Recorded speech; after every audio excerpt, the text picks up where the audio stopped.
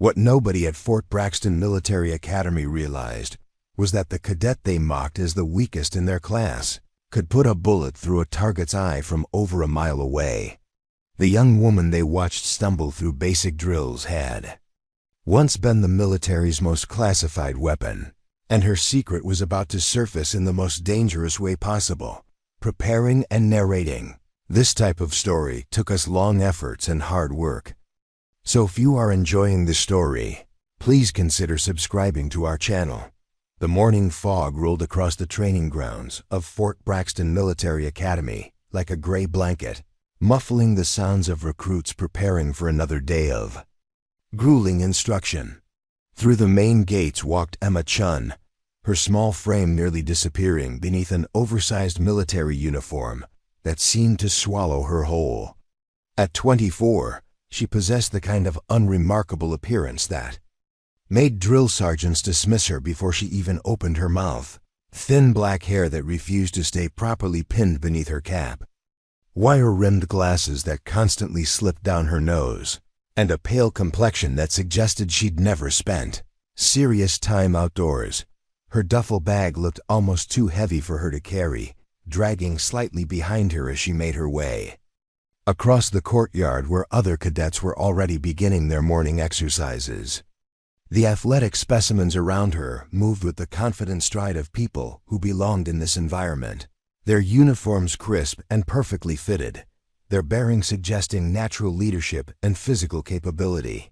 Emma, by contrast, appeared to be struggling just to keep up with the basic requirements of military bearing. "Another desk jockey trying to play soldier," muttered Cadet Jackson Torres to his training partner as they watched Emma navigate around a group of cadets doing push-ups. "Look at her, probably never held anything heavier than a computer mouse." Before signing up for this program, the Fort Braxton Advanced Training Program was designed to identify and develop the military's next generation of elite officers, a 12-week intensive course that pushed candidates to their absolute limits. Through a combination of physical challenges, tactical exercises, and psychological evaluations, most participants arrived with impressive credentials, college athletics, ROTC leadership positions, or previous military experience that had marked them as high-potential candidates. Emma's file, by contrast, appeared remarkably thin. Her barracks assignment reflected her perceived status within the program's hierarchy. While the standout candidates received rooms in the newer dormitories with better facilities, Emma found herself in Building C, a converted structure that housed the cadets who were considered unlikely to complete the program successfully. Her roommate, Sarah Martinez, was a former college soccer player whose athletic background had earned her immediate respect from both instructors and fellow cadets. "Where are you from?" Sarah asked politely as Emma unpacked her few belongings into the standard-issue footlocker. The question seemed simple enough, but Emma's response revealed the first hint that her background might be more complex than her appearance suggested. "Different places," Emma replied quietly, her voice carrying no trace of regional accent that might indicate a specific geographical origin. "Military family. We moved around a lot." Sarah nodded, accepting the explanation without pressing for details, though she noticed that Emma's few personal items seemed carefully chosen for their lack of identifying information. No family photographs, no hometown memorabilia, no items that might reveal specific details about her past or connections to particular places or people. The physical training assessment that first morning provided the initial evidence of Emma's apparent unsuitability for elite military training. As cadets lined up for the standard fitness evaluation, Emma's performance appeared to confirm every assumption about her capabilities. She struggled through the minimum number of push-ups required, her form shaky and uncertain. During the 2-mile run, she finished in the bottom quartile, gasping for air and requiring several minutes to recover. Staff Sergeant Williams, the primary fitness instructor, made no effort to hide his disappointment as he recorded Emma's scores.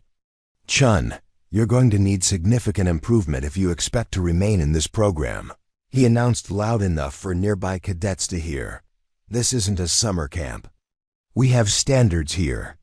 Emma accepted the criticism without comment, her expression revealing nothing about whether the harsh assessment affected her emotionally.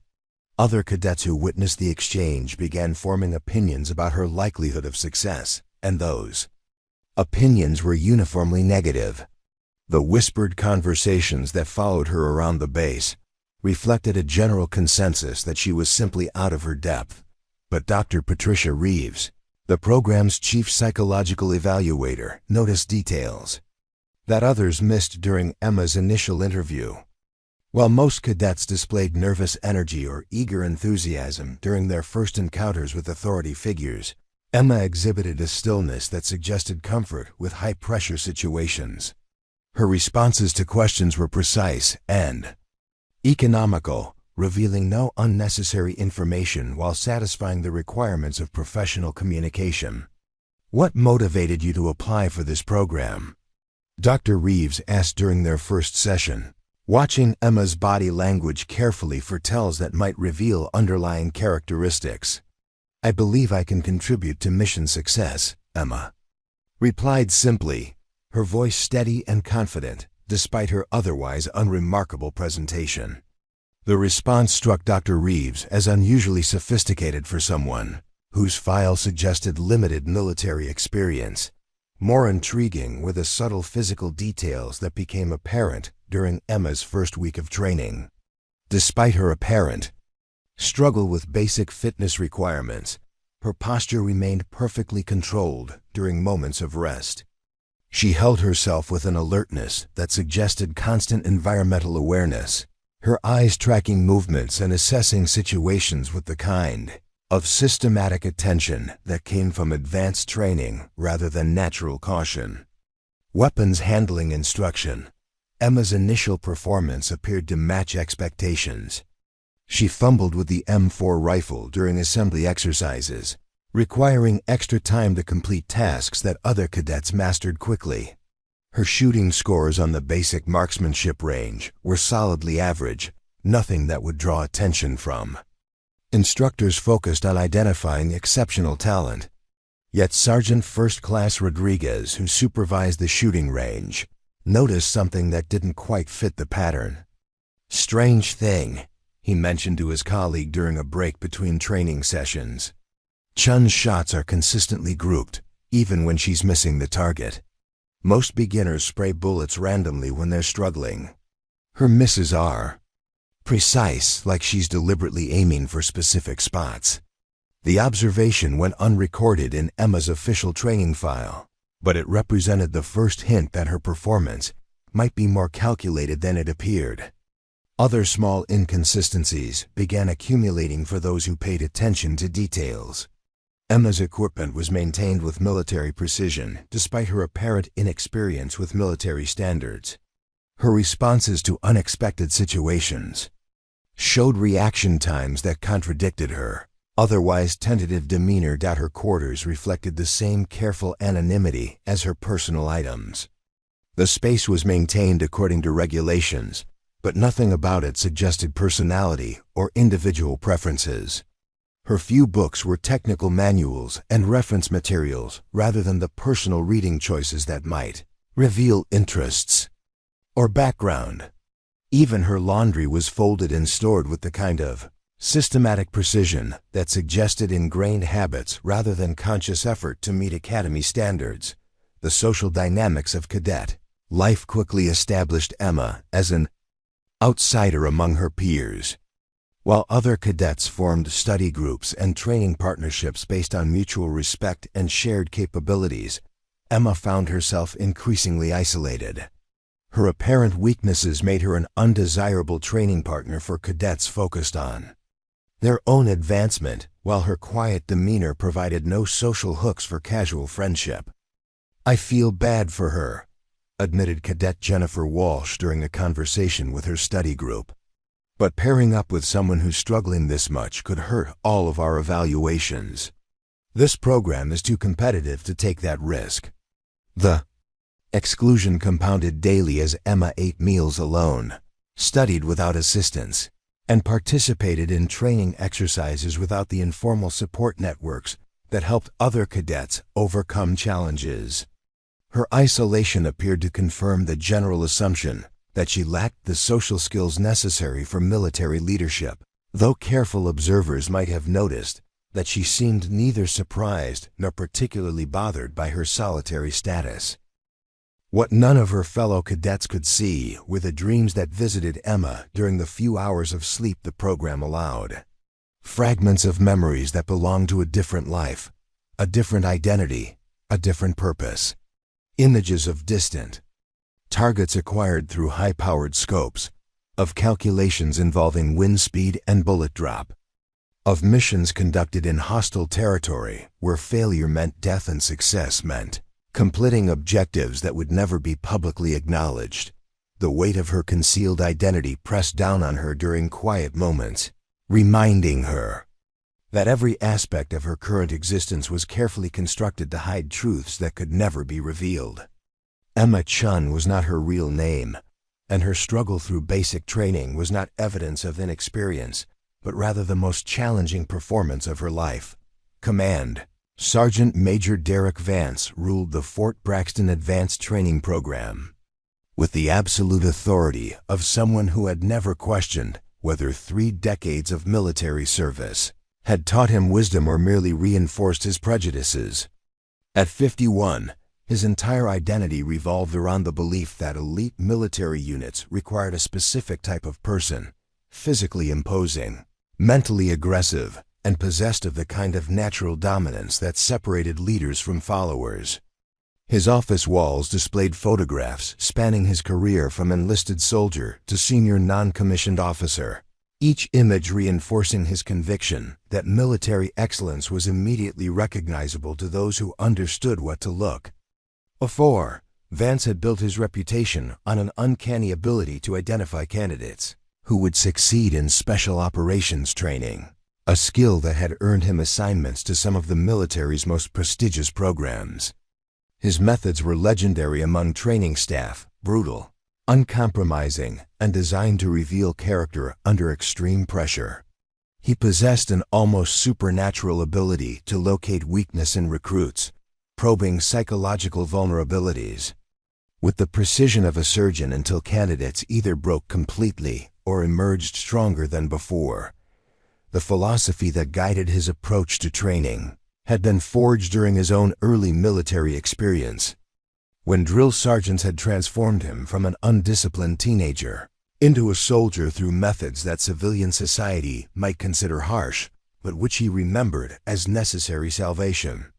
Physical intimidation, psychological pressure, and systematic elimination of those who lacked the necessary qualities had created the warrior mindset that defined his understanding of military effectiveness. The military isn't social work, he frequently reminded his staff during private meetings, where his more controversial opinions could be expressed without concern for political correctness. Our job is to identify killers, not to make everyone feel good about themselves. These programs exist to find the 2% of candidates who can handle real combat stress, not to validate the career fantasies of people who watch too many movies. His particular disdain was reserved for candidates who appeared to lack the physical presence he considered essential for military leadership. Small-framed recruits, especially women, represented everything he believed was wrong with contemporary military policy. The integration of women into combat roles had been mandated by politicians who had never experienced the reality of battlefield conditions, and Vance considered it his professional duty to demonstrate why such policies were fundamentally flawed. Selection process for the advanced training program had been designed to eliminate unsuitable candidates before they could waste resources or endanger others through their inadequacy. Physical fitness standards, psychological evaluations, and peer assessments worked together to identify those who belonged in elite military units. Yet somehow, candidates like Emma Chen continued to slip through initial screening, requiring more direct intervention to prevent their inevitable failure from damaging unit cohesion and mission effectiveness. Vance's first encounter with Emma occurred during the program's second week, when he conducted his traditional review of cadet performance with the primary training staff. Her scores placed her consistently in the bottom quartile across all measured categories, exactly the kind of marginal performance that he had learned to recognize as a warning sign of deeper problems. Chen's barely meeting minimum standards, reported Staff Sergeant Williams during their morning briefing. Physical fitness is weak, leadership potential appears limited, and she's not integrating well with the other cadets. I'm not sure she belongs in this program. The assessment confirmed everything Vance had suspected from his initial observations of the training company. Emma's slight build and unremarkable appearance marked her as exactly the type of candidate who would consume training resources without contributing meaningfully to program objectives.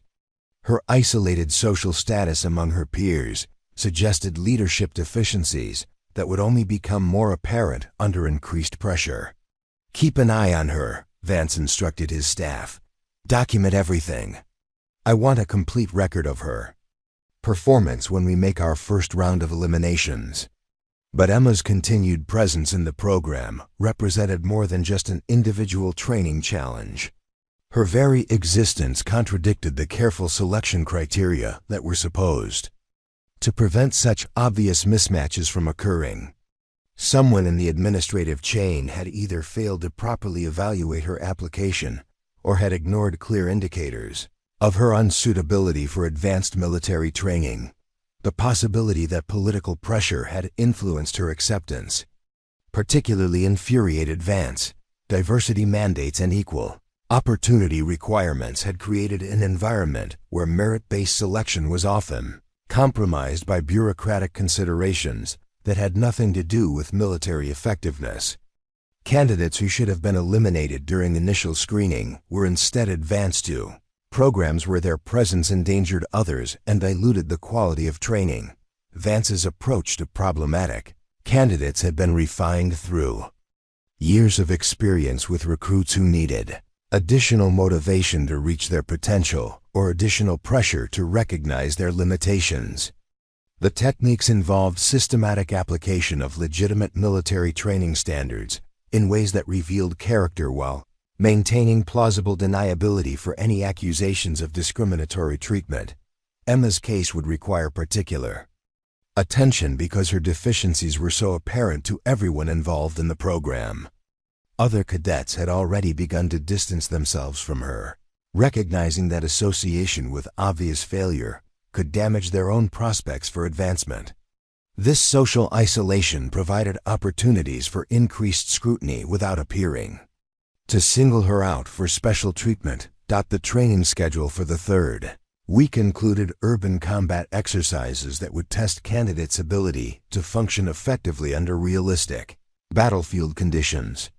These scenarios provided ideal opportunities to demonstrate why certain types of people belonged in elite military units while others represented dangerous liabilities that could cost lives in actual combat situations. Make sure Chen gets assigned to the most challenging scenarios, Vance instructed his subordinates during their planning session. If she can't handle the pressure now, better to find out before we invest more resources in her training. His staff understood the implicit message. Emma would be given opportunities to succeed, but those opportunities would be structured to reveal her limitations clearly enough that her eventual elimination from the program would appear to be the natural result of objective performance evaluations rather than discriminatory treatment. The systematic approach had been proven effective over years of implementation. Candidates who lacked the necessary qualities for elite military service would demonstrate those deficiencies when placed under appropriate pressure. Physical limitations became apparent during combat exercises. Leadership failures emerged during team-based challenges, and psychological weaknesses surfaced under sustained stress. Emma's quiet demeanor and apparent social isolation made her particularly vulnerable to the kind of pressure that revealed character. Candidates who couldn't handle criticism from training staff would never survive the psychological demands of actual combat operations. Those who couldn't earn respect from peers had no business leading soldiers in life or death situations. Upcoming exercises would provide multiple opportunities to test her resilience while maintaining the appearance of standard training procedures. Her performance would be evaluated according to the same criteria applied to all candidates, but the specific challenges selected for her would be designed to highlight areas where her limitations were most apparent. Vance had developed an intuitive understanding of how different types of pressure affected various personality types. Academic achievers often crumbled when faced with physical challenges that couldn't be overcome through study or preparation. Socially isolated individuals frequently broke down when forced to depend on teammates who had already written them off as liabilities. Emma's combination of physical weakness, social isolation, and apparent lack of military experience made her case particularly straightforward. The pressure required to demonstrate her unsuitability for the program would be well within the bounds of legitimate training standards while being sufficient to reveal why she didn't belong among candidates selected for elite military service. The process would take several weeks to complete properly, but Vance had learned that thorough documentation of candidate deficiencies provided protection against later accusations of unfair treatment. Emma's elimination from the program would be supported by objective evidence of her performance failures, making any appeals or complaints appear to be the predictable response of someone who couldn't accept their own limitations. The first crack in Emma's carefully constructed facade appeared during a routine equipment inspection in week 3, when Cadet Martinez accidentally knocked over a metal water bottle behind Emma's bunk. The sound of aluminum hitting concrete echoed through the barracks like a gunshot, and Emma's response was immediate and instinctive. She dropped into a combat crouch, her right hand moving toward her hip where a sidearm would normally be holstered, her eyes scanning the room for threats with the systematic pattern of someone trained to identify hostile contact. The reaction lasted less than 2 seconds before Emma caught herself slowly straightening while her fellow cadets stared at her with confusion and growing curiosity. For someone who supposedly had minimal military experience, her response demonstrated reflexes that typically required months of combat training to develop. The movement had been fluid, professional, and completely inconsistent with everything her file suggested about her background. "Sorry," Emma said quietly, her voice steady despite the obvious embarrassment of having revealed more than she intended. "Loud noises makes me jumpy." Sarah Martinez retrieved the water bottle while studying Emma's face for additional clues about what she had witnessed. The explanation seemed reasonable enough, but Sarah's athletic background had taught her to recognize the difference between ordinary startle responses and trained reactions. Emma's movement had been purposeful and precise, suggesting muscle memory developed through extensive practice rather than natural jumpiness. During the following day's tactical movement exercise, additional inconsistencies began surfacing for those who paid attention to details. The training scenario involved navigating through a simulated urban environment, while avoiding detection by instructors positioned as enemy observers. Most cadets approached the exercise with the enthusiasm of people learning new skills, moving awkwardly through unfamiliar terrain while struggling to apply classroom theory to practical situations. Emma's performance appeared to match expectations at first glance. She moved slowly and cautiously, frequently pausing to check her position against the map provided for navigation purposes.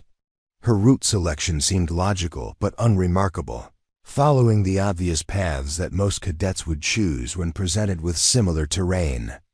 Yet Sergeant Rodriguez, who monitored the exercise from a concealed position, noticed that Emma's movements followed patterns that suggested far more sophistication than her apparent struggle indicated. "Interesting approach," he muttered to his partner while watching Emma navigate around a building complex. "She's moving like someone who's done this before, but pretending to be uncertain about basic procedures."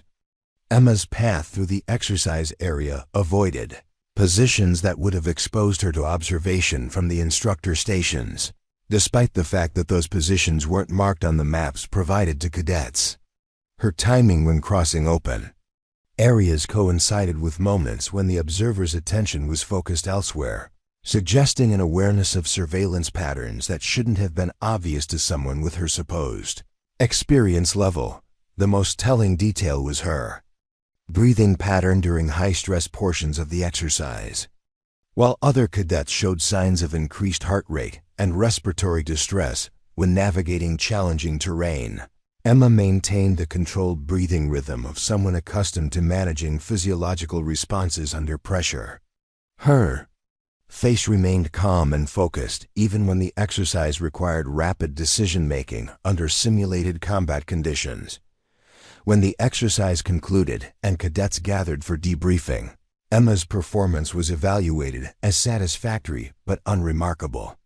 Her completion time placed her in the middle of the group, and her route selection appeared to demonstrate basic competence without exceptional skill. However, her answers to tactical questions revealed knowledge that extended beyond the materials covered in their training sessions. "What factors influenced your decision to avoid the northern approach route?" asked Captain Morrison during the group discussion, testing the cadets' understanding of tactical principles. Emma's response was immediate and precise. Elevated positions provide observation advantages for hostile forces. The northern route would have required movement through areas with limited concealment options and multiple potential overwatch positions. Alternative routes offered better cover and concealment while maintaining progress toward the objective. The terminology she used was correct, but her explanation demonstrated familiarity with tactical concepts that hadn't been covered in their curriculum. Other cadets needed to consult their field manuals for similar questions, but Emma's answers flowed with the confidence of someone who had applied these principles in real-world situations. Dr. Reeves began documenting these inconsistencies during Emma's psychological evaluation sessions, noting discrepancies between her apparent capabilities and her actual performance. The psychological profiles typically revealed clear patterns that correlated with candidates' backgrounds and training history.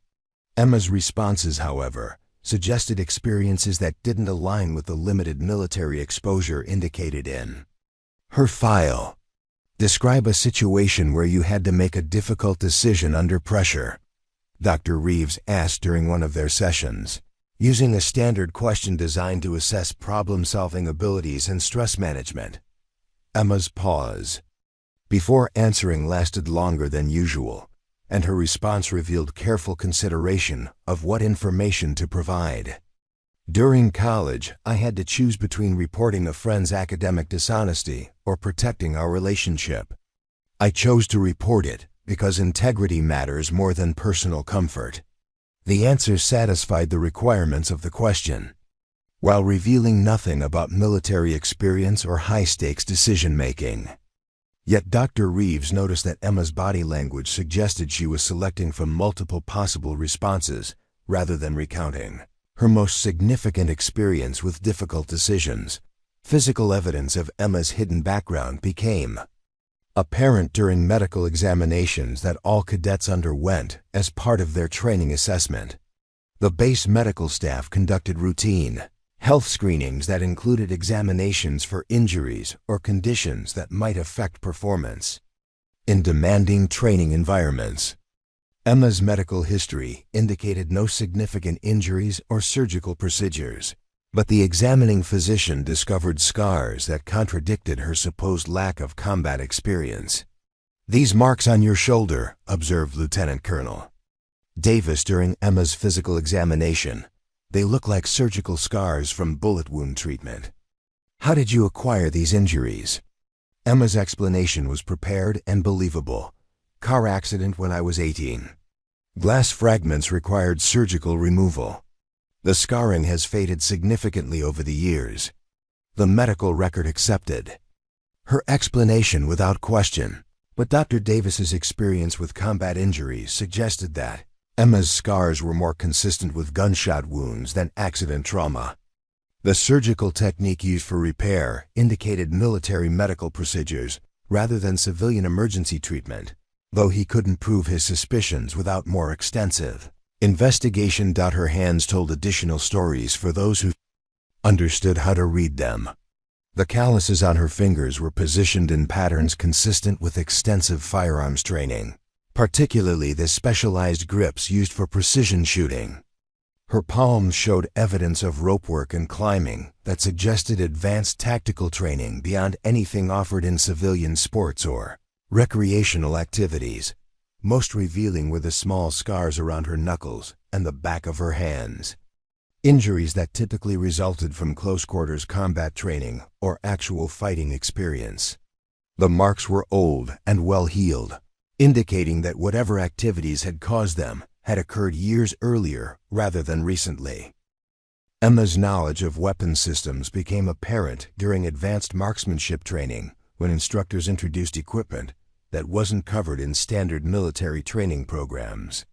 Her familiarity with specialized scopes, ranging systems, and ballistic computers suggested exposure to sniper training that would have required security clearances and specialized assignments not mentioned in her file. Chen seems to understand this equipment better than expected, noted Master Sergeant Collins after observing Emma's performance with advanced targeting systems. Her questions are more sophisticated than someone with her background should be. Asking, the accumulated evidence created a growing sense among training staff that Emma was not what she appeared to be. Her combination of apparent weakness and hidden competence suggested a carefully constructed identity designed to conceal rather than reveal her true capabilities and background. The escalation of Vance's campaign reached new levels during the fifth week when he implemented what he called intensive remedial training for Emma's benefit.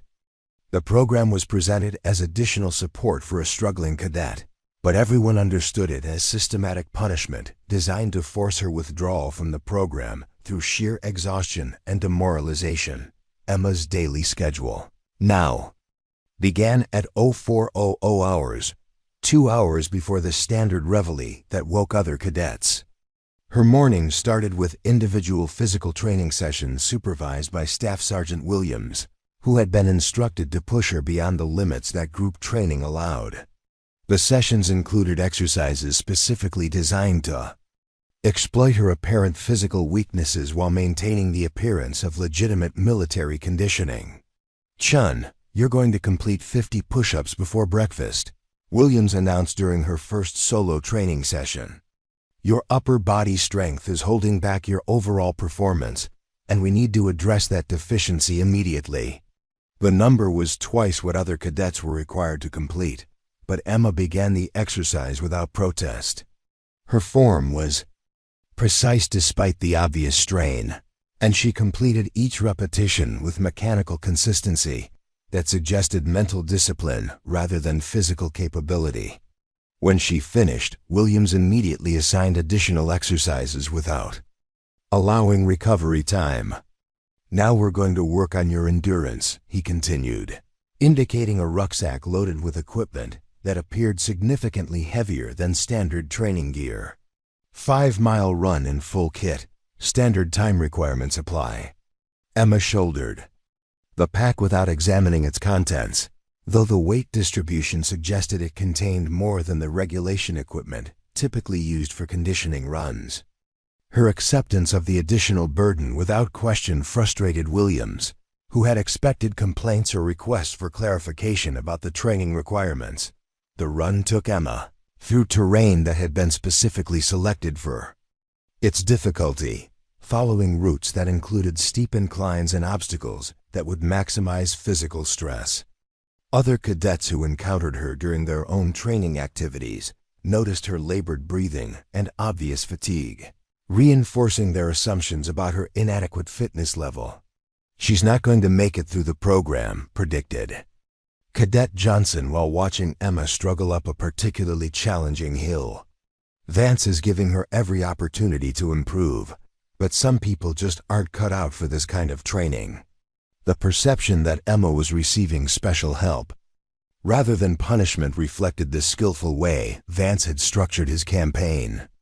Her additional training sessions were scheduled as remedial assistance, her extra duties were presented as leadership development opportunities, and her isolation from group activities was explained as individualized attention to address her specific weaknesses. The psychological pressure that accompanied this intensive attention was designed to create stress levels that would reveal character flaws or trigger the kind of emotional breakdown that would justify her elimination from the program. Candidates who couldn't handle constructive criticism from training staff would never survive the demands of actual combat operations. Emma's response to the increased scrutiny continued to confound expectations. Her performance during the additional training sessions showed steady improvement, but more importantly, her demeanor remained composed despite the obvious physical and mental strain. She accepted criticism without defensiveness, implemented corrections without complaint, and maintained military bearing even when being challenged in front of her peers. The mess hall became another battlefield where Emma's isolation was reinforced through systematic exclusion from social interactions. Her early morning training sessions meant she often arrived at meals after other cadets had already formed their social groups, leaving her to eat alone while conversations continued around her as if she were invisible. "I heard she's getting special attention from Vance," whispered Cadet Martinez to her table mates during lunch. "Maybe we should invite her to join us." "Are you crazy?" responded Cadet Torres immediately. "She's obviously on the elimination list. Getting involved with her problems could hurt our own evaluations. This program is too competitive to take that kind of risk." The conversation reflected the general consensus among cadets who had quickly learned to interpret the signals that indicated which of their peers were considered viable candidates for completion. Emma's additional training requirements and frequent interactions with senior staff marked her as someone to avoid rather than support. The study groups that formed naturally among cadets excluded Emma through informal arrangements that were never explicitly stated but were understood by everyone involved. Her need for additional preparation time due to her extra duties was used as justification for organizing sessions when she would be unavailable, creating an appearance of logistical necessity rather than deliberate exclusion. "We're meeting tonight at 1900 to review tomorrow's tactical exercise," announced Cadet Williams during a break between classes. "Everyone should be there except Chen, since she's got equipment maintenance duty." The announcement was made within Emma's hearing, ensuring she understood that her absence from the study group was known and expected. Her response was the same calm acceptance she had shown toward all aspects of her treatment, neither requesting inclusion nor expressing disappointment at being excluded. The cumulative effect of this systematic isolation was intended to create psychological pressure that would break down Emma's resistance to the harassment campaign. Most candidates who found themselves in similar situations would either request transfer to less demanding programs or begin showing signs of emotional distress that would justify their elimination. Emma's quarters in the older barracks building became a refuge where she could escape the constant scrutiny that followed her during training hours. The space was maintained according to regulations, but the longer walks to training areas and reduced access to common facilities added additional stress to her daily routine.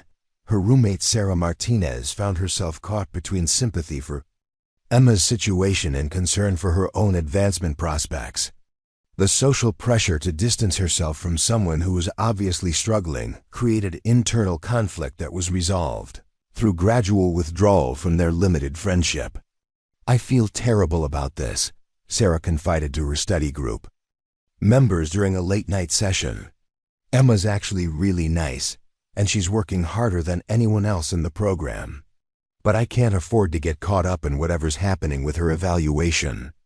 The admission reflected the moral compromise that Vance's campaign had created among cadets, who understood that their own success might depend on avoiding association with someone who was being systematically targeted for elimination. The competitive environment of the program made such calculations appear reasonable rather than cowardly. Emma's equipment inspections became daily ordeals that required hours of preparation to meet standards that seemed to change without notice. Items that passed inspection one day would be found deficient the next, requiring additional cleaning or adjustment that consumed time she needed for other activities. "Your weapon maintenance is substandard," declared Staff Sergeant Williams. During one inspection, pointing to microscopic imperfections that would have been overlooked in other candidates' equipment. This level of carelessness could get people killed in combat operations. The criticism was delivered in front of other cadets who were undergoing similar inspections, but Emma's equipment was held to standards that clearly exceeded what was expected from her peers. Her rifle had been cleaned and maintained to specifications that surpassed regulation requirements, but Williams identified issues that required her to repeat the entire process. The pattern of selective enforcement extended to every aspect of Emma's training experience. Her written assignments were graded more harshly than identical work submitted by other cadets. Her physical training scores were evaluated against higher standards, and her participation in group exercises was monitored more closely than anyone else's performance. The documentation of these disparities was carefully maintained by Vance's staff, but the records were structured to support the narrative that Emma was receiving additional attention because of her marginal performance rather than discriminatory treatment. Her files showed extensive remedial training, frequent performance counseling, and detailed tracking of her improvement efforts. The psychological evaluation sessions with Dr. Reeves became more frequent and intensive as Vance sought professional documentation of Emma's unsuitability for the program. The sessions were presented as therapeutic support for a struggling cadet, but their actual purpose was to identify mental health issues or personality defects that would justify her elimination. "How are you handling the additional training requirements?" Dr. Reeves asked during one session, watching Emma's responses for signs of stress or emotional instability. Emma's answers remained consistent with her previous evaluations, showing no indication of the psychological breakdown that Vance expected from someone under such sustained pressure. Her responses suggested resilience and adaptability that contradicted the weakness he had assumed based on her physical appearance and supposed lack of military experience. The systematic nature of Emma's treatment had created a situation where her continued presence in the program was becoming an embarrassment to Vance's reputation as someone who could identify unsuitable candidates. Her refusal to break under pressure that would have destroyed weaker candidates suggested that his initial assessment had been fundamentally flawed. Colonel Amanda Hayes had been observing military training programs for 15 years, but something about the small cadet in Building C was triggering memories she couldn't quite place. As the Advanced Training Program's Senior Evaluation Officer, Hayes maintained responsibility for identifying candidates with exceptional potential, who might be suitable for classified assignments that required specialized skills and psychological profiles. Her presence at Fort Braxton was officially routine, part of a quarterly assessment process that evaluated training effectiveness and candidate quality for higher-level military programs. But Hayes possessed security clearances that allowed her access to personnel databases most officers would never see, and her experience with special operations recruitment had taught her to recognize signs that others might miss. The first hint that Emma Chen was more than she appeared came during Hayes' review of training records that showed performance patterns inconsistent with typical candidate profiles. While most recruits displayed predictable learning curves that reflected their backgrounds and experience levels, Emma's scores suggested someone who was deliberately underperforming rather than struggling with unfamiliar material. "Interesting case," Hayes murmured to herself while reviewing Emma's file in the secure facility used for classified evaluations. The documentation showed a candidate who met minimum standards consistently, but never exceeded them, despite evaluation. Notes that suggested capability for higher performance levels. Hayes' experience with covert operations had familiarized her with personnel who were trained to blend into environments where their true capabilities needed to remain hidden. The skill required to maintain such deception over extended periods was typically found only among individuals with extensive training in operational security and identity management. Emma's psychological profile contained subtle indicators that caught Hayes' attention during her review of Dr. Reeves' assessment reports. The responses to standard questions showed patterns that were consistent with someone who had been trained to provide appropriate answers while revealing minimal information about their actual background or experience. She's answering the questions correctly, but she's not really answering them, Hayes observed during a private consultation with Dr. Reeves. Her responses satisfy the requirements without providing meaningful insight into her actual psychological state or background. The observation prompted Hayes to request additional background information about Emma's prior military experience, using security clearances that allowed her to access databases beyond the standard personnel files available to training staff. The search results revealed gaps and inconsistencies that suggested Emma's identity had been carefully constructed rather than naturally developed. The residential addresses listed in Emma's file showed a pattern of locations that were associated with military installations rather than civilian communities. Her educational records indicated attendance at schools that were commonly used by military families, but the timeline didn't align with the military service history provided for her supposed parents. More troubling was the complete absence of digital footprints that should have existed for someone of Emma's age and background. Social media accounts, employment records, and educational transcripts were minimal and recently created, suggesting that her civilian identity was a relatively recent construction rather than a lifetime of normal experiences. Hayes' investigation expanded to include photographic analysis using facial recognition software that had access to classified databases containing images of military personnel involved in sensitive operations. The system was designed to identify individuals who might be operating under assumed identities or who had been reported as casualties in classified missions. The search parameters included women of Emma's approximate age and ethnicity who had been involved in special operations programs during the previous decade. Hayes' expectation was that the search would return negative results, confirming that Emma was simply an unremarkable candidate who happened to display unusual behavior patterns. Instead, the facial recognition system identified a match that made Hayes' blood run cold. The probability algorithms indicated a 94.7% likelihood that Emma Chen was actually Lieutenant Sarah Mitchell, a sniper specialist who had been reported killed in action during a classified operation in Afghanistan 6 years earlier. The personnel file for Lieutenant Mitchell revealed a service record that contradicted everything Emma's current identity suggested about her background.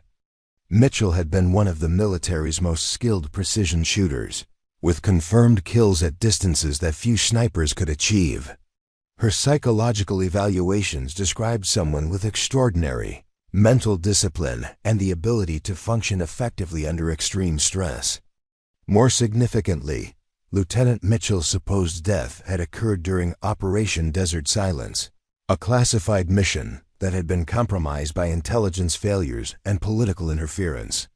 The after-action reports indicated that her entire team had been killed when their position was overrun by hostile forces, but the classified addendum contained information that suggested the official narrative was incomplete. Hayes' security clearance allowed her access to the operational details that revealed the true circumstances of Mitchell's disappearance. The mission had been designed to eliminate a high-value target who was coordinating attacks against Allied forces, but political considerations had resulted in last-minute changes to the operational plan that left the sniper team without adequate support. The team's position had been compromised not by enemy action, but by communications intercepts that revealed their location to hostile forces. Lieutenant Mitchell had been the designated shooter for the operation, but her final transmission indicated that she had been forced to abandon her position when it became clear that extraction was impossible. The official casualty report listed her as killed in action because no evidence of her survival had been recovered from the operational area. However, the classified files contain speculation that she might have escaped the immediate area and then forced to evade capture independently, though no subsequent intelligence had confirmed her survival.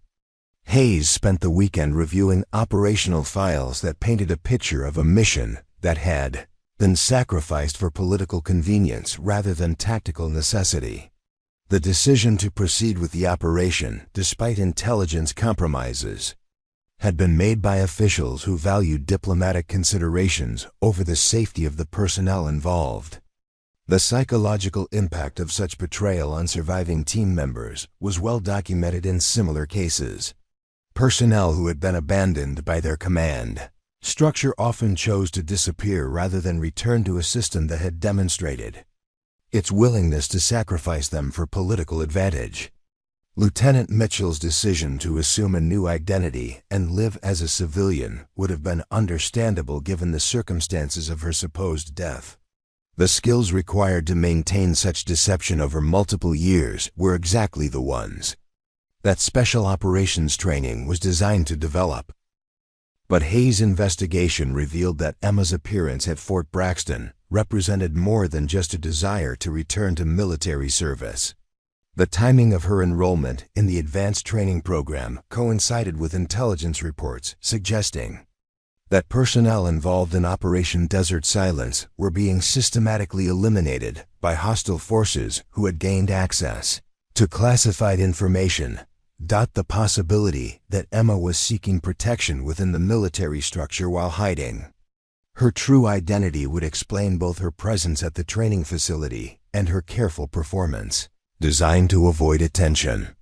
Someone with Lieutenant Mitchell's background would understand that exceptional performance could trigger investigations that might compromise her operational security. Hayes single quotes realization that she was observing a decorated war hero who was being systematically harassed by personnel who had no understanding of her actual service record created a moral dilemma that required immediate resolution. The woman being persecuted as the program's weakest candidate was actually someone whose military achievements exceeded those of everyone involved in her training.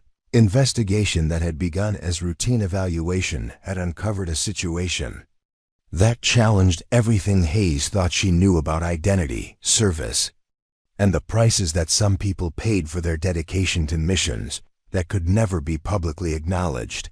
Her next decision would determine whether Emma's secret remained protected or whether the truth about Lieutenant Sarah Mitchell would finally emerge in a setting where her real identity could either provide the recognition she deserved or expose her to dangers that had forced her to disappear in the first place. The Live Fire exercise scheduled for Week 6 was designed to test cadets' ability to perform under realistic combat conditions, using actual ammunition in scenarios that simulated battlefield environments. The training area had been configured to resemble an urban warfare setting, complete with building facades, civilian mannequins, and hidden targets that required precise identification before engagement. Emma stood with the other cadets in the briefing area, listening to Captain Morrison explain the exercise parameters with the same calm expression she had maintained throughout her weeks of systematic harassment. The scenario involved clearing a simulated village where hostile forces were holding civilian hostages, requiring split-second decisions about target identification and rules of engagement. "Remember," Morrison emphasized, his voice carrying the authority of someone who had experienced actual combat operations, "positive identification is mandatory before engaging any target. Civilian casualties will result in immediate exercise termination and disciplinary action. This is not a video game. Every shot you fire has consequences." The exercise was structured to challenge cadets' judgment under pressure while testing their marksmanship skills with live ammunition. Each participant would move through the training area individually, engaging targets while being evaluated. On accuracy, decision-making, and adherence to military protocols, Emma's position in the exercise rotation placed her near the end of the sequence, allowing her to observe other cadets' performance while waiting for her turn. The early participants struggled with the complexity of the scenario, frequently hesitating before engaging targets or making identification errors that would have resulted in civilian casualties in actual combat. Cadet Johnson's attempt had ended in failure when he fired at a mannequin that represented a civilian carrying a medical supply bag rather than a weapon. Torres had performed better, but still required multiple shots to neutralize targets that should have been eliminated with single rounds. The exercise was revealing the gap between classroom theory and practical application that defined most cadets' experience. "Chen, you're up next," announced Staff Sergeant Williams, his voice carrying the expectation that Emma's performance would provide another opportunity to document her inadequacy for the program. "Remember, accuracy counts more than speed. Take your time and think about your decisions." Emma approached the starting position with the same methodical preparation she had shown throughout her training. Her rifle was properly configured, her equipment securely fastened, and her mental state appeared focused but unremarkable. The observing instructors expected another marginal performance that would add to the documentation supporting her eventual elimination. The exercise began with Emma entering the simulated village through a narrow alley that required careful navigation while maintaining awareness of potential threats from multiple directions. Her movement was deliberate and cautious, matching the pace that other cadets had used when facing similar challenges. The first target appeared as a silhouette in a second-story window, partially concealed behind curtains that made identification difficult. Emma paused for several seconds, apparently studying the target before raising her rifle and firing a single shot that struck the hostile figure center mass. The precision was noteworthy, but not exceptional given the relatively close range and stationary target. Her progress through the exercise area continued at a measured pace that suggested competence without exceptional skill. She correctly identified civilian mannequins and avoided engaging non-threatening targets, demonstrating the judgment that the exercise was designed to test. Her shooting was accurate but unremarkable, requiring the expected number of rounds. To neutralize each threat, the scenario's complexity increased as Emma moved deeper into the simulated village, where targets appeared at greater distances and required more sophisticated decision-making. A mannequin positioned behind a window appeared to be holding a weapon, but closer examination revealed it was actually a civilian carrying a child. Emma's identification was correct, and she held her fire appropriately. The exercise was proceeding according to expectations when an equipment malfunction changed everything. A pneumatic target system that was supposed to present a controlled sequence of threats experienced a mechanical failure that caused multiple targets to appear simultaneously at distances that exceeded the exercise parameters. The malfunction created a situation that required immediate response to prevent what would have been scored as massive civilian casualties. Targets representing hostiles and civilians appeared at distances up to 800 meters, far beyond the ranges that the exercise was designed to test. The scenario had become a precision shooting challenge that exceeded the capabilities of typical infantry training. Captain Morrison reached for his radio to terminate the exercise and reset the equipment, but Emma's response was immediate and decisive. Without hesitation, she adopted a prone shooting position that demonstrated professional technique, her rifle configured with adjustments that shouldn't have been familiar to someone with her supposed background. Her first shot struck a hostile target at 650 meters, a distance that required ballistic calculations and wind compensation that few cadets had the training to attempt. The round found its mark with precision that was impossible to achieve through luck or basic marksmanship training. The observing instructor stood in stunned silence as Emma engaged multiple targets in rapid succession, each shot demonstrating the kind of advanced marksmanship skills that required years of specialized training to develop. Her shooting positions were textbook examples of sniper technique. Her breathing control was perfect, and her target acquisition was faster than most instructors could achieve. "Jesus Christ," whispered Sergeant Rodriguez, watching through binoculars, as Emma engaged a target at nearly 900 meters. "That's not possible. The equipment isn't even designed for that range." Emma's performance during the equipment malfunction lasted less than 3 minutes, but her shooting demonstrated capabilities that contradicted everything her file suggested about her background. She had engaged 12 targets at distances that would have challenged experienced snipers, achieving a perfect score while preventing what would have been catastrophic civilian casualties in the scoring system. The exercise area fell silent as Emma safed her weapon and returned to the standing position, her expression calm and composed despite having just demonstrated skills that placed her among the military's most elite marksmen.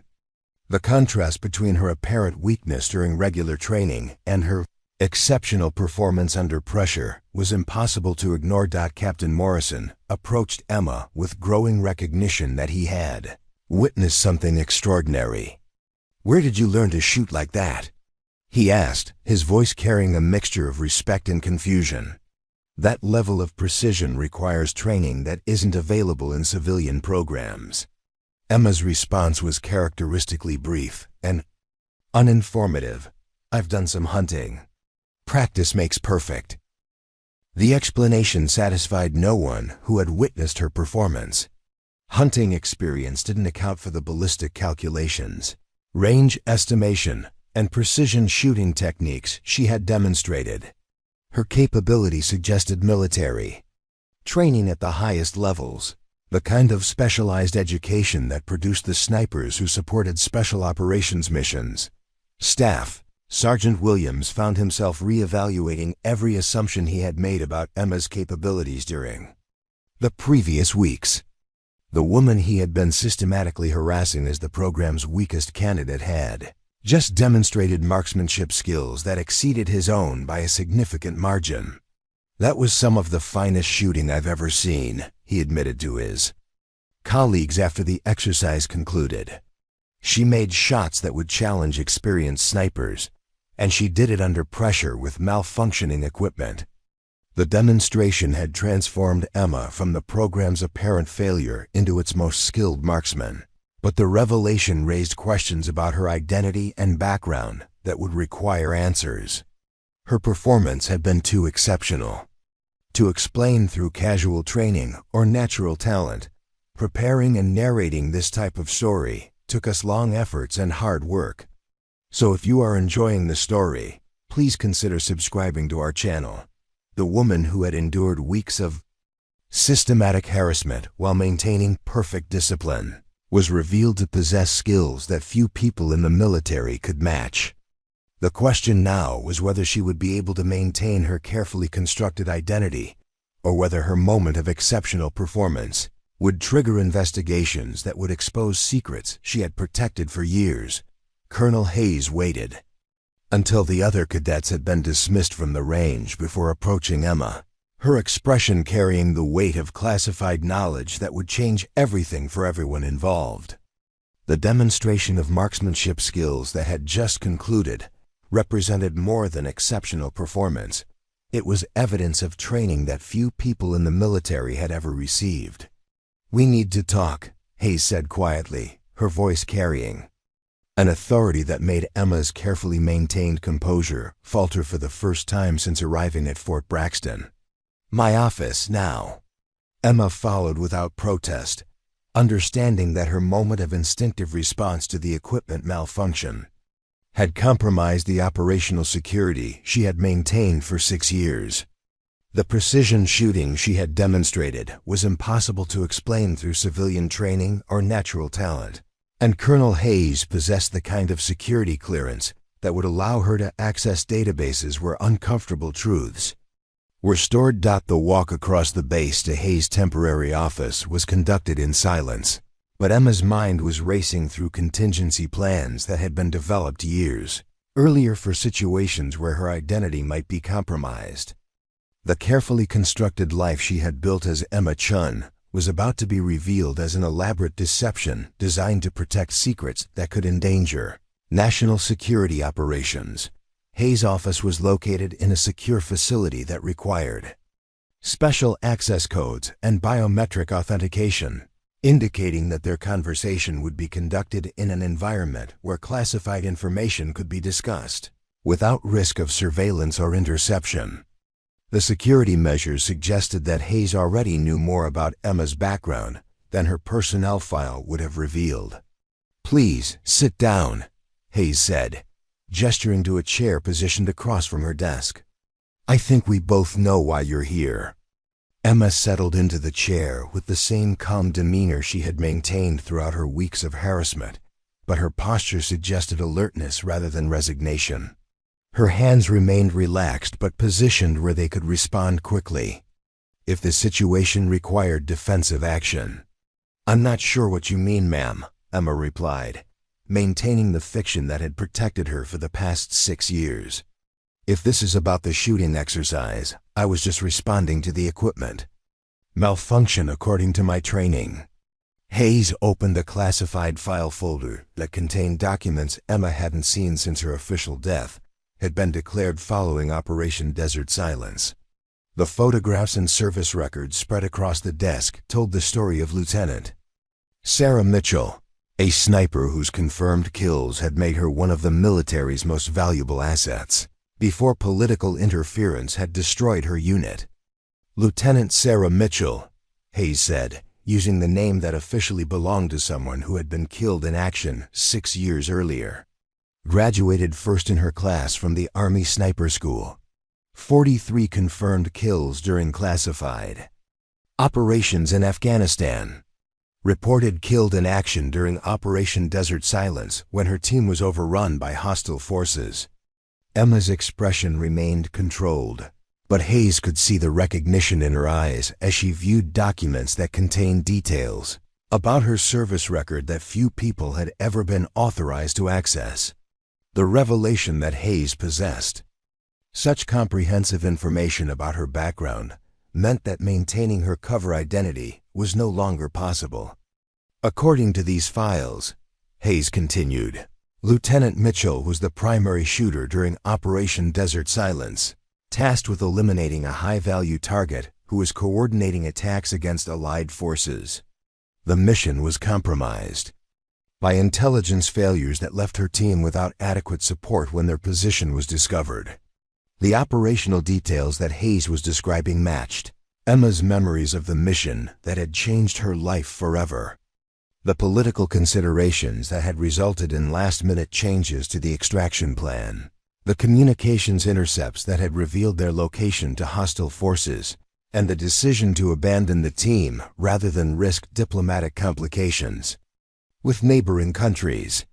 The after-action reports indicate that your team was sacrificed to protect ongoing negotiations with local government officials who had been providing intelligence to hostile forces, Hayes said, her voice carrying the weight of institutional knowledge about operations that had been buried to protect political careers. Your supposed death was documented to prevent questions about why adequate support wasn't provided. Emma's silence was more revealing than any verbal response could have been.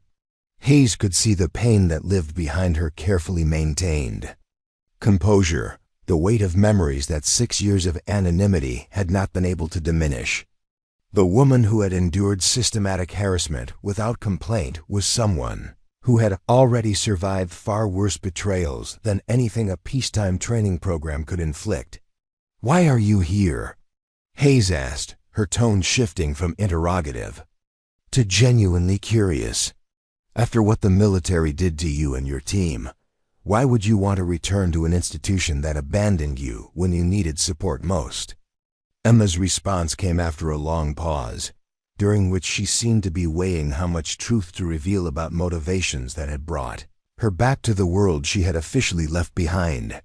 When she spoke, her voice carried emotions that had been suppressed for years. "Because they're still out there," she said quietly.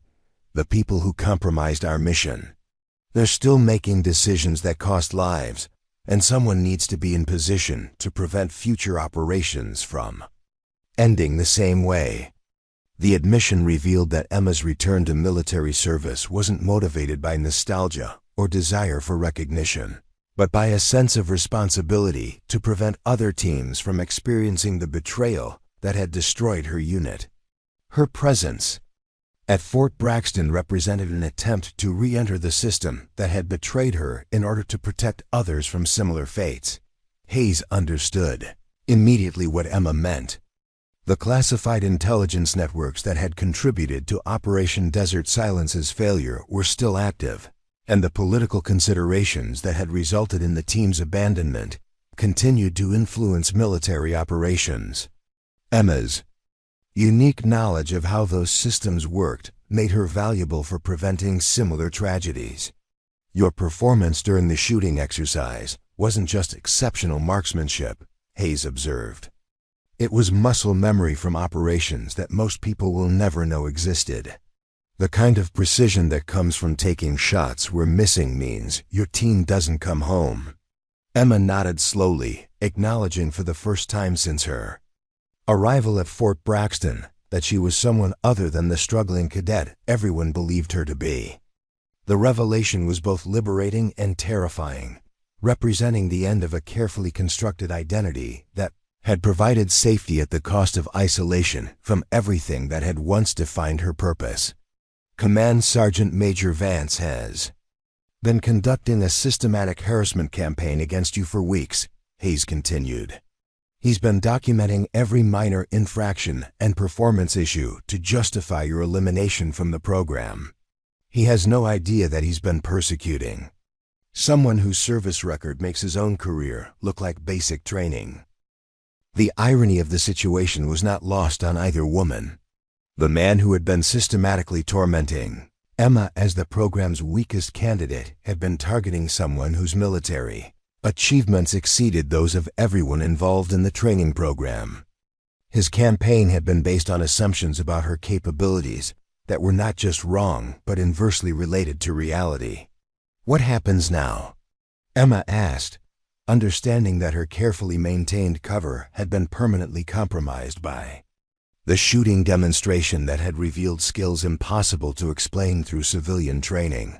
Hayes closed the classified file folder, but her expression suggested that the conversation was far from over.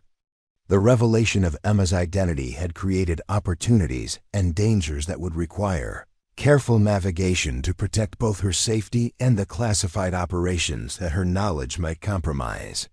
"Now we decide whether Lieutenant Sarah Mitchell remains officially dead, or whether she's ready to return to the kind of work that only someone with her background can handle," Hayes replied. "There are operations being planned that require exactly the skills you demonstrated today. The question is whether you're prepared to risk exposure to prevent other teams from suffering the same fate yours did." The decision that Emma faced would determine not just her immediate future, but the trajectory of her entire life. The woman who had spent 6 years hiding from a system that had betrayed her was being offered the opportunity to return to the world where her skills could make a difference. But accepting would mean abandoning the safety that anonymity had provided. The news of Emma's true identity spread through Fort Braxton with the speed that only military installations could achieve when confronted with revelations that challenged fundamental assumptions about rank, respect, and military hierarchy. Within hours of Colonel Hayes' classified briefing to base leadership, the knowledge that the program's supposedly weakest cadet was actually a decorated sniper with one of the most impressive service records in special operations history had reached every level of the command structure. Command Sergeant Major Vance received the summons to report to the base commander's office at 1800 hours, a timing that suggested the meeting's serious nature and its potential impact on his career. The walk across the base to the administrative building gave him time to process the impossible information that had been relayed through official channels. Emma Chen was Lieutenant Sarah Mitchell, a sniper whose classified service record included operations that exceeded anything in his own 30-year military career. The realization that he had been systematically harassing a genuine war hero for weeks created a sick feeling in his stomach that intensified with each step toward what he understood would be a career-ending confrontation with superior officers, who now viewed his conduct as a catastrophic failure of judgment and leadership. General Patricia Kellerman, the base commander, was waiting in her office along with Colonel Hayes and a stenographer whose presence indicated that the meeting would be officially recorded. The arrangement of chairs and the formal atmosphere suggested that this was not a discussion but rather a formal inquiry into conduct that had brought discredit upon the entire training program. "Sit down, Command Sergeant Major," General Kellerman said, her voice carrying the authority of someone who had spent decades making decisions that affected lives and careers. "We need to discuss your treatment of Lieutenant Mitchell during her time in the advanced training program." Vance settled into the chair facing the general's desk, his hands trembling slightly as he tried to formulate words that might explain actions that now appeared not just inappropriate, but actively harmful to someone whose service to the country exceeded his own by any reasonable measure. "Ma'am, I had no knowledge of her true identity," he began, his voice lacking the confidence that had characterized his interactions with subordinates for decades. The personnel file indicated she was a civilian with limited military experience. "I was implementing standard training procedures designed to identify candidates unsuitable for elite military service." General Kellerman's expression indicated that she found his explanation inadequate for the systematic harassment that had been documented by multiple witnesses over several weeks. Her response was delivered with the kind of measured authority that made clear his career was effectively over. "Lieutenant Mitchell endured weeks of treatment that would have been inappropriate for any cadet, regardless of their background or performance level," she stated flatly. "Your conduct represents a failure of leadership that brings discredit upon this institution and the military values we claim to represent." The documentation of Vance's harassment campaign was spread across the general's desk like evidence in a court-martial proceeding. The reports showed a pattern of discriminatory treatment that had been carefully structured to appear legitimate, while serving the actual purpose of forcing Emma's withdrawal from the program through systematic psychological pressure. "Your assumption that Lieutenant Mitchell was unsuitable for military service was based on gender bias and civilian prejudice rather than objective evaluation of her capabilities," Colonel Hayes added, her voice carrying the weight of someone who had witnessed the contrast between Emma's apparent weakness and her actual qualifications. "She demonstrated more discipline and professionalism under sustained harassment than most officers show under normal training conditions." The full scope of Vance's mistake became clear as the officers reviewed Emma's classified service record, revealing operations that had required the kind of mental toughness and physical capability that made his assessment of her unsuitability appear not just wrong but laughably incompetent. The woman he had dismissed as physically weak had operated in combat environments that would have destroyed personnel with twice his experience. Lieutenant Mitchell's confirmed kills include targets at ranges that few snipers in military history have ever attempted, General Kellerman continued, reading from classified documents that detailed operations Vance had never been authorized to know existed. Her psychological evaluations from those operations described someone with extraordinary resilience and tactical brilliance, qualities that she demonstrated again by enduring your harassment campaign without breaking or retaliating. The revelation that Emma had possessed the capability to end his harassment at any moment by revealing her true identity made Vance's systematic persecution appear even more morally bankrupt. She had chosen to endure treatment that would have destroyed weaker individuals rather than compromise the operational security that had protected her for 6 years. Meanwhile, throughout the base, The other cadets who had participated in Emma's isolation were grappling with the knowledge that they had enabled the persecution of someone whose service record made their own military aspirations appear trivial by comparison.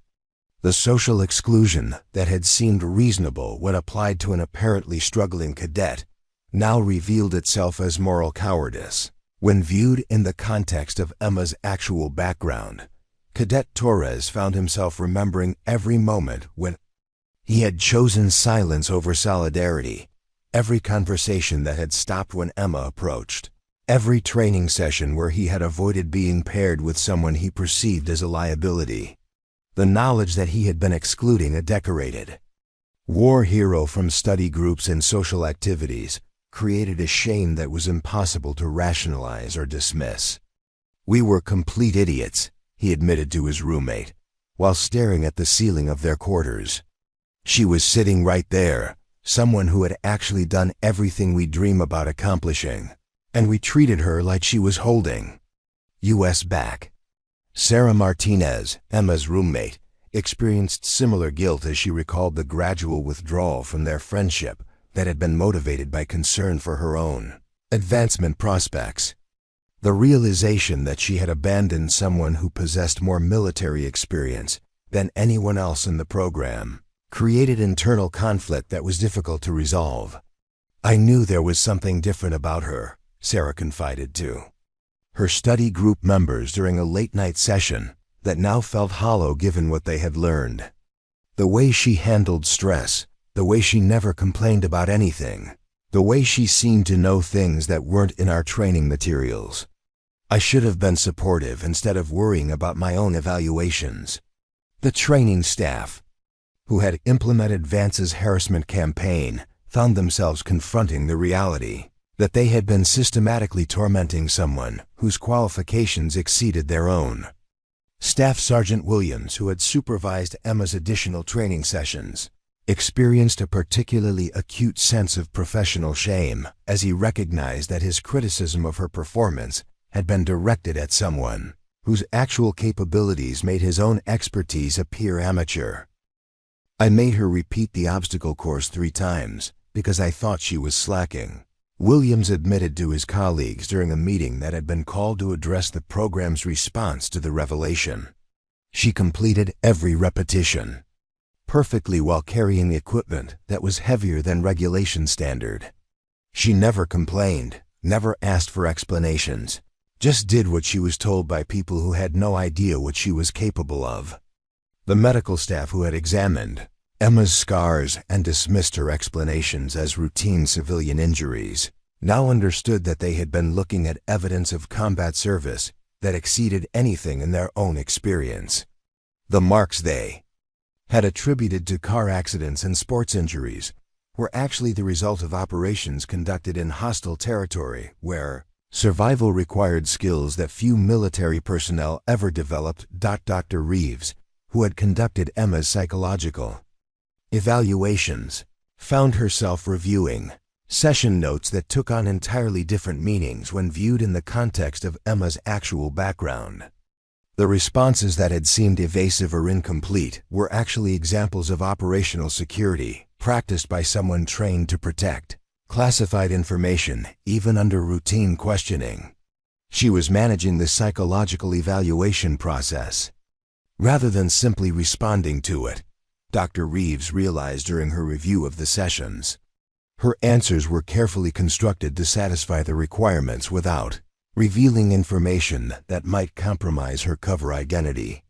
The level of discipline required to maintain that deception for weeks suggests training that exceeds anything in our psychological preparation programs. The transformation of Emma's status from the program's weakest candidate to its most qualified participant created an institutional crisis that would require fundamental changes to prevent similar failures of judgment from occurring in the future. The systematic harassment of a decorated war hero represented not just individual misconduct, but institutional failure that demanded accountability at every level of the command structure. The transformation of Fort Braxton began immediately following the revelation of Emma's true identity as base leadership implemented sweeping changes designed to prevent the systematic harassment of qualified personnel based on assumptions about their backgrounds or capabilities. General Kellerman's first directive established new protocols for evaluating cadet performance that emphasized demonstrated capability over subjective assessments of suitability. The training program structure was fundamentally altered to include anonymous performance reviews that prevented instructors from allowing personal biases to influence their evaluation of candidates. Emma's experience had demonstrated that exceptional individuals could be systematically excluded from advancement opportunities through the application of supposedly objective standards that were actually influenced by prejudice and assumption. Effective immediately, General Kellerman announced during a mandatory formation of all training personnel, performance evaluations will be conducted using blind assessment protocols that prevent evaluators from knowing the identity of candidates being reviewed. Merit will be determined by demonstrated capability rather than superficial characteristics or personal impressions. The new evaluation system represented a fundamental shift in military training philosophy, acknowledging that traditional methods of identifying exceptional candidates had proven inadequate when confronted with individuals whose capabilities were deliberately concealed or whose backgrounds didn't match conventional expectations about military excellence. Emma's role within the transformed program evolved from persecuted cadet to senior training consultant, a position that allowed her to share operational experience while helping to develop curricula that reflected the realities of modern military operations. Her presence in the classroom provided cadets with access to knowledge that couldn't be found in textbooks or gained through simulated exercises. The difference between training and reality, Emma explained during her first official briefing to the new cadet class, is that training assumes you'll have support when you need it. Reality requires you to be prepared for the moments when that support doesn't come, when political considerations override tactical necessities, and when survival depends on capabilities that weren't covered in your preparation. Her teaching methods emphasized practical skills over theoretical knowledge, using real-world scenarios that challenged cadets to think beyond the conventional responses that characterized traditional military training. Emma's approach to instruction reflected hard-won wisdom about the complexities of military operations that textbooks couldn't adequately convey. The marksmanship program underwent complete restructuring under Emma's guidance, incorporating advanced techniques that had previously been available only to elite special operations units. Her expertise in precision shooting transformed the capabilities of every cadet who participated in the enhanced training, raising the overall skill level of graduates to standards that exceeded previous programs. She's teaching us things that other snipers would need years to learn, observed Cadet Johnson, whose own shooting had improved dramatically under Emma's instruction. The techniques she's showing us aren't just about accuracy. They're about understanding how to adapt to conditions that can't be predicted or controlled. The cultural transformation extended beyond formal training protocols to include fundamental changes in how cadets interacted with each other and evaluated their peers. Emma's experience had demonstrated the dangers of social exclusion and the importance of supporting fellow service members, regardless of their apparent limitations or background. Study groups that had previously excluded struggling candidates were restructured to include mandatory peer support systems that ensured no cadet was left to face challenges alone.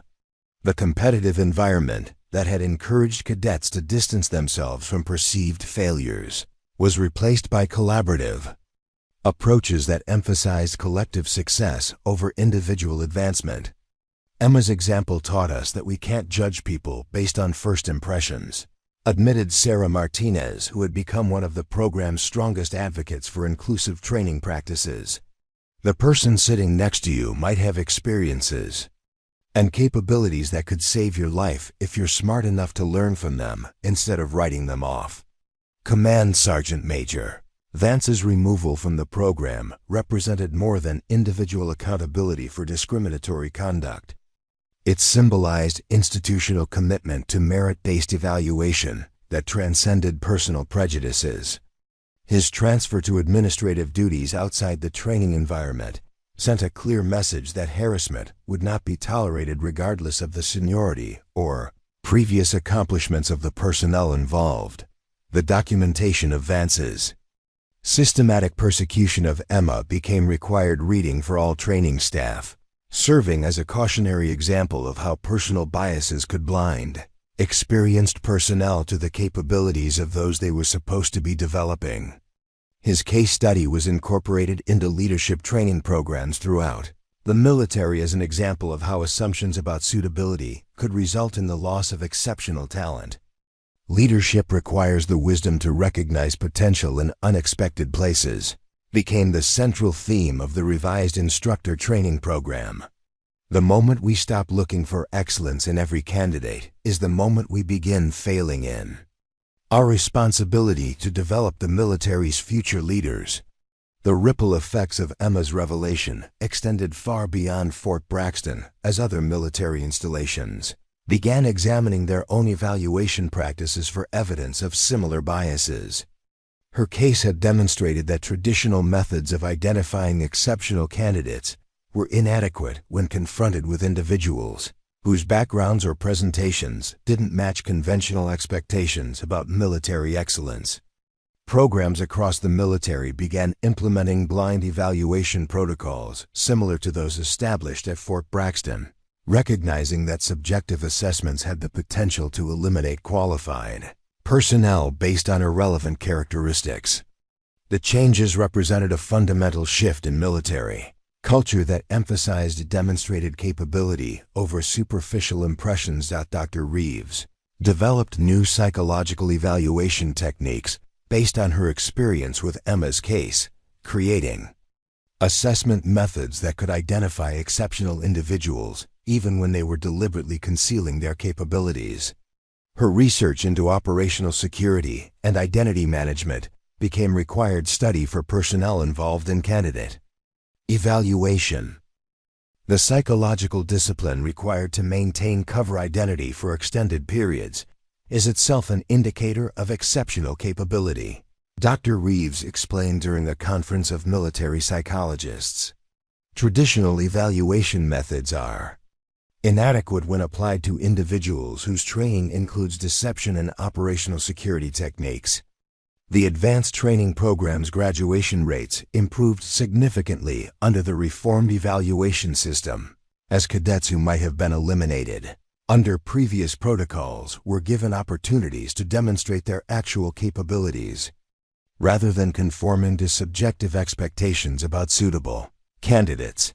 Emma's influence on the program's success became evident through the performance of graduates who had been trained under her guidance. Their operational effectiveness exceeded that of previous classes, reflecting the practical knowledge and realistic preparation that her experience had brought to the curriculum. The cadets who trained under Emma's program are performing better in actual operations than anyone expected, reported Colonel Hayes during a review of graduate performance statistics. They're more adaptable, more resilient, and better prepared for the realities of military operations and personnel who received traditional training. The transformation of Fort Braxton from an institution that had systematically harassed one of its most qualified candidates to a model for merit-based evaluation represented proof that individual integrity could indeed change institutional culture. Emma's decision to endure persecution rather than compromise her operational security had created opportunities for systemic improvement that benefited every subsequent candidate. The woman who had been mocked as the program's weakest cadet had become the catalyst for reforms that would prevent similar injustices from occurring in the future, ensuring that exceptional individuals would be recognized for their capabilities rather than dismissed based on assumptions about their backgrounds or presentations.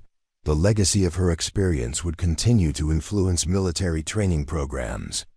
For years to come, serving as a reminder that true strength often concealed itself behind unremarkable appearances, and that the most valuable personnel were sometimes those who chose humility over recognition, service over glory, and truth over convenient fiction. 5 years after the revelation that shook Fort Braxton to its core, the military installation had become renowned throughout the armed forces for producing officers who combined exceptional technical competence with unshakable moral foundations.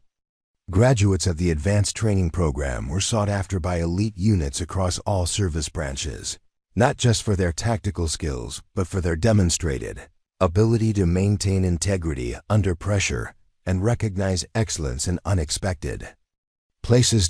Emma Mitchell, she had reclaimed her true name following her official return to active duty, continued to serve as the program's senior marksmanship instructor, though her influence extended far beyond the shooting range. Her classroom had become a destination for military personnel from around the world who came to learn not just advanced sniper techniques, but the kind of wisdom that could only be gained through surviving institutional betrayal and choosing service over revenge. The simple stone memorial she had established near the training facilities honored the members of her original team who had died during Operation Desert Silence, but it had evolved into something more significant. The memorial had become a place where current cadets came to understand that military service involved real costs paid by real people, not abstract concepts discussed in comfortable meeting rooms. "We visit that memorial every month," explained Lieutenant Colonel Rodriguez, who had been promoted to program director following the institutional reforms. "Captain Mitchell wants us to remember that the decisions we make as leaders will affect actual human beings, not statistics in someone's report. That the ultimate test of leadership isn't whether you can follow orders, but whether you can protect the people who follow yours." Emma's teaching methodology had been adopted by training institutions throughout the military as commanders recognized the practical benefits of education that emphasized moral courage alongside technical proficiency. Her approach to military instruction had created a generation of officers who understood that their oath was to the Constitution and the American people, not to political careers or bureaucratic convenience. The curriculum she developed included no glorification of warfare or stirring speeches about glory that ignored the human cost of political decisions made by people who never faced consequences for being wrong. Instead, students encountered realistic scenarios where every choice carried moral weight and where the right decision might be the one that ended careers while saving lives. "She teaches us that real heroes don't seek recognition," said Major Patricia Williams, one of Emma's former students who now served as an instructor herself. "She shows us that the most important battles are often fought in meeting rooms and briefing halls, where the courage to speak truth to power can prevent tragedies that would cost hundreds of lives."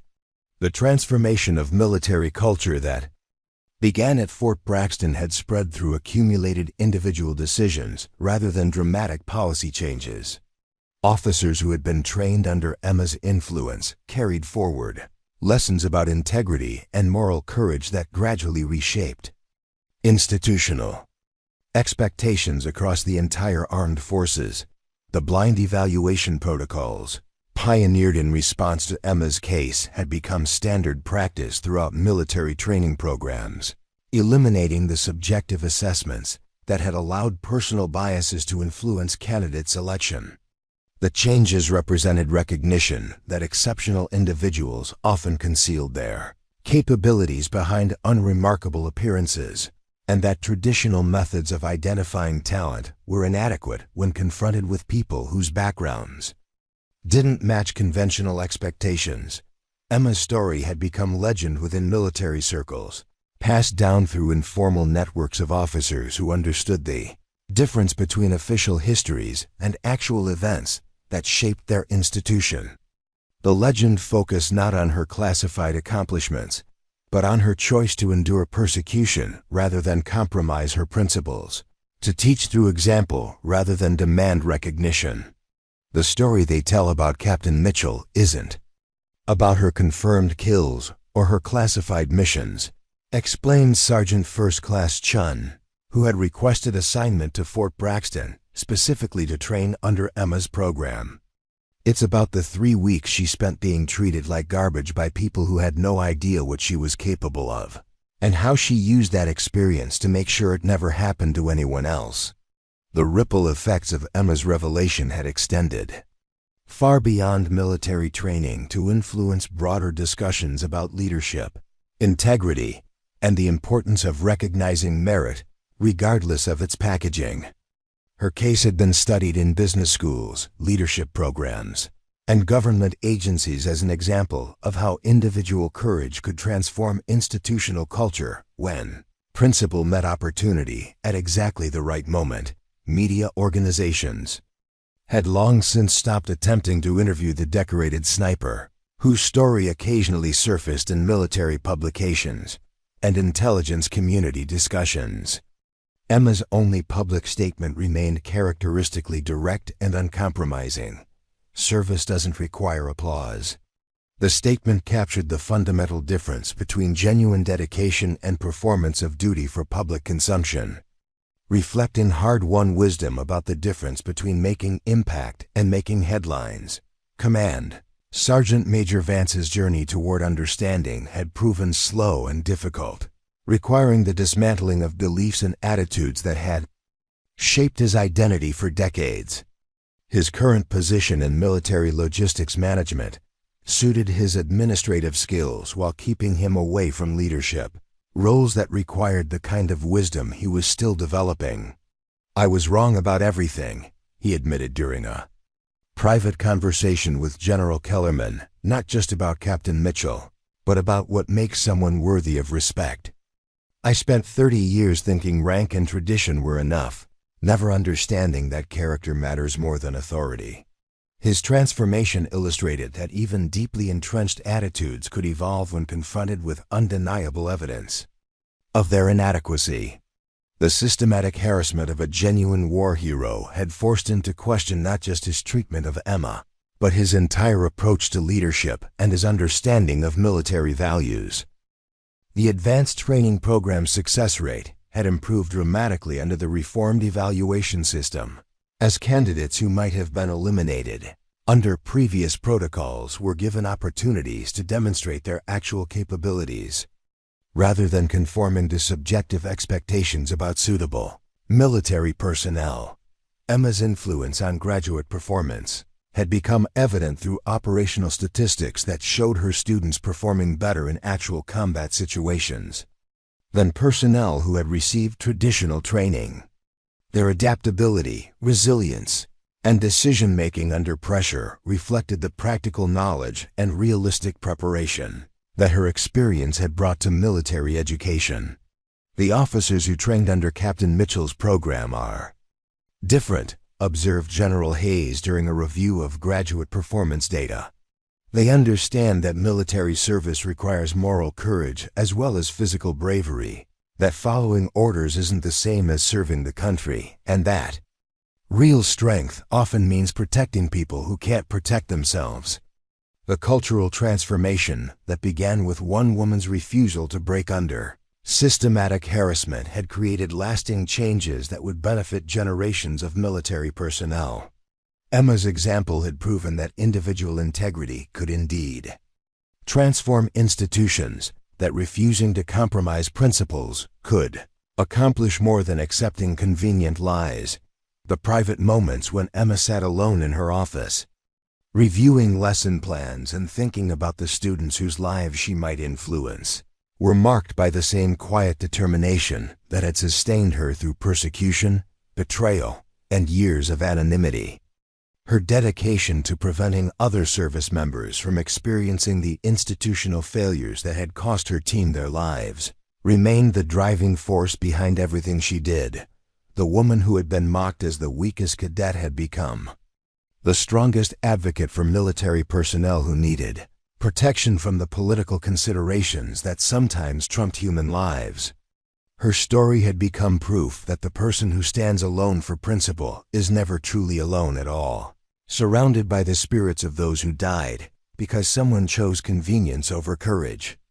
Emma, Mitchell's legacy continued in every student who chose integrity over advancement, every leader who protected subordinates from political interference, every decision made with moral courage rather than bureaucratic expedience.